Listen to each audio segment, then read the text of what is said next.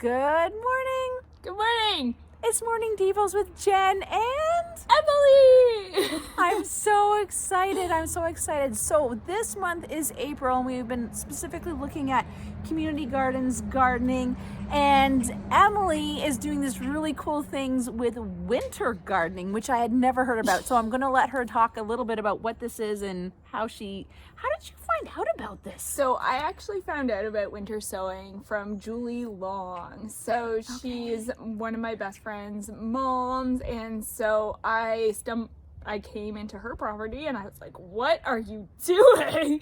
Right. And she told me all about it. Okay, so tell us about it, because you'll see in the background, this is why we have this particular angle, so you can see all of these bottles with dirt. Okay, so tell us about this. Yeah, so basically you take a clear plastic bottle and it acts as a mini greenhouse so that you can start your garden in December-ish, January-ish, that sort of thing. And so you cut a hinge in it. So I basically cut it so there's a small portion left. Yeah. And then I drill drainage holes in the bottom and I fill it with roughly around 3 to 5 inches of soil, and then put my dirt in, put my seeds in, tape it up. You leave the cap off to allow your moisture, your snow, rain, that sort of thing to come in, and then you plop it outside in your snowbank.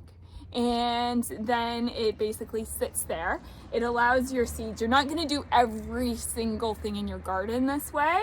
It's going to be like your plants that need cold stratification, your plants that are really hardy, that sort of thing. So I'm not going to do my tomatoes this way because I tried and it failed miserably. I got nothing. But like I do my lettuces this way. I do my chards, sorrel, any of your really hardy perennials, so like your black-eyed Susans, poppies. I've seen people do marigolds. I've done English daisies this way. And what I really like about it as well is you're leveraging like nature and that sort of thing, the process of cold stratification. You're getting to like really marvel at nature and God's creation and the process and that sort of thing. And it's super low maintenance because I don't have to worry about like hardening off my plants or anything like that. And they're already acclimatized to nature. Okay, so you get the bottle, you put the dirt in, you put your seed in, and then you just come out and put it in the snow? Yeah, so these actually were completely covered by snowbanks and that sort of thing. Ideally, you don't want them to be like super covered, but like you can cover them like in snow that much. So because already inside are little things growing. So you put these out in January. Yeah. And then when do you start to see things grow? So I've just started I noticed I have like ruby buckwheat. So that started to grow like a month ago. But like it's been right around now that my poppies have really started to blossom. My lettuces, sorrel, that sort of thing, that's starting to grow. But you're not going to plant them out until you see 2 true sets of leaves. So I'm actually not going to plant these out until like May-ish, June-ish, depending on temperatures and that sort of thing. So she said something that I went, what is that? 2 true sets of leaves. 2 true sets of leaves. What is that? So that means basically 3 sets of leaves, because when your plant starts to grow, the first set of leaves isn't true leaves. So those fall off and that sort of thing. And then you have your first 2 true set, and then it grows your second true set. Really? Yeah. Yes. So when I planted out my lettuce in May last year, like my lettuce was already like yay high. And so then you just take the lid off. You just take the lid off and then you pop it out and there you go. But what I do with poppies, because poppies are really sensitive, is I cut a slit down the middle because they don't like being moved around, and then you take it out that way. So because they don't like being shuffled. Interesting.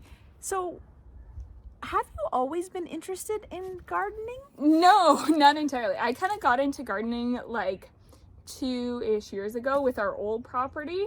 And now with our new property, I'm like super pumped. But I just love how I can like see God's process, enjoy nature, that sort of thing. And also I have 2 girls, and the one's really gotten into gardening as well. And so it allows her to see God's creation. It allows her to see like how food grows, where it comes from, that sort of thing, the process. And just like, I love seeing their excitement where it's like, it's actually growing, right? Right. Yeah.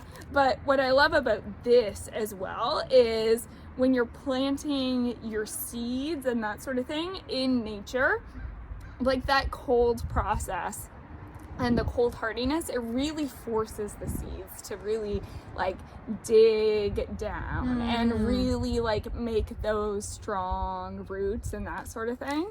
And I just think that's so metaphorical because, and it really makes me marvel that like these small little seeds can survive that and survive the frost. Because I remember my first year putting them out there and just being like, okay, is it gonna grow anything and that sort of thing? But I think it's really metaphorical because we go through storms, we go through that like snow, frost, that sort of thing in our own lives. And it's those trials that really kind of force us to dig down deep and put our trust and our faith in God. And just the result of that is that our roots are just that much more firm and that much more like sturdy and grounded and that sort of thing. And then in the end, something beautiful comes out of it. We just need to pray. Would you pray for us? Yeah. Dear God, thank you so much for everything that you have created. Thank you that you are a creative God and that we are just beautiful in your creation. Thank you that you created nature, and thank you that we get to marvel in it and live in it. Thank you for nature and plants and how things grow and just listening to the birds now. Thank you for spring.